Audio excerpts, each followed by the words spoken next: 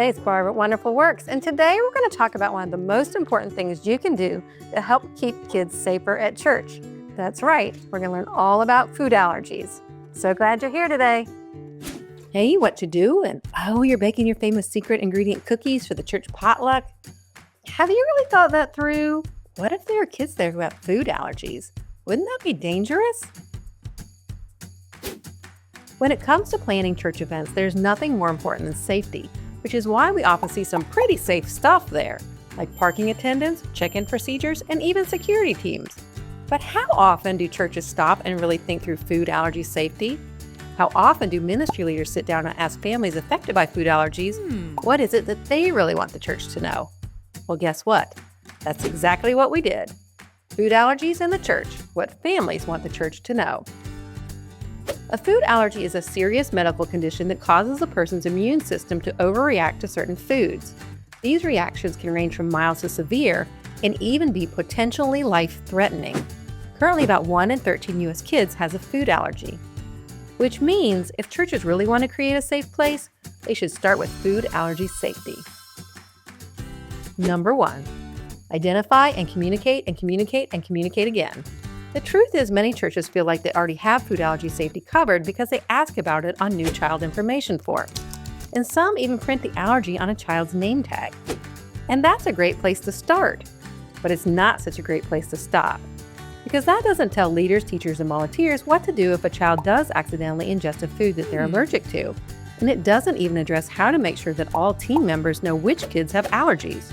Sure, it may be listed in small type on a name tag.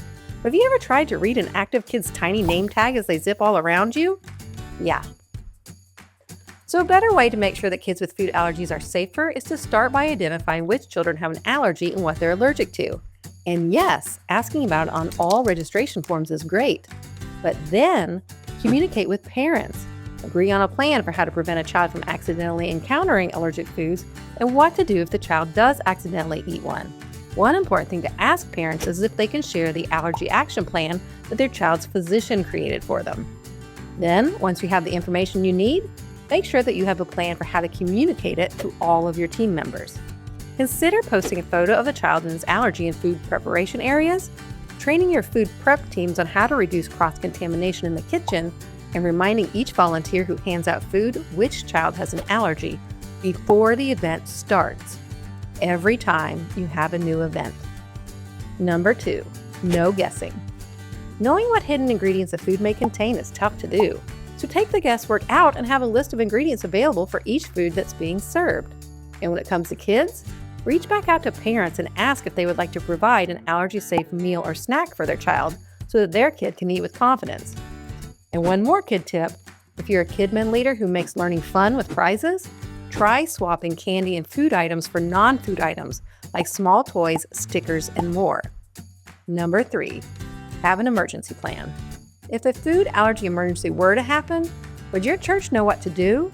The answer to this question can make all the difference. So before you need it, create a food allergy emergency action plan for your church. Decide what steps will be taken in the event of an emergency, which team members would be responsible, and how to provide them with the training they need. One great idea is when you give your team CPR training, also include an epinephrine auto-injector or nasal spray training. And don't forget this, having an epinephrine nasal spray or auto-injector on site can be a lifesaver. So check with your local state laws and see if your church is eligible to store one on your premise. Well, I think we learned a lot about food allergy safety in church, but there's one more thing before you go. Remember when we talked about communicating with families affected by food allergies? Well, how about this week you take a minute and make a list of kids at your church who have allergies, and then reach out to their parents and ask, what would you like our church to know?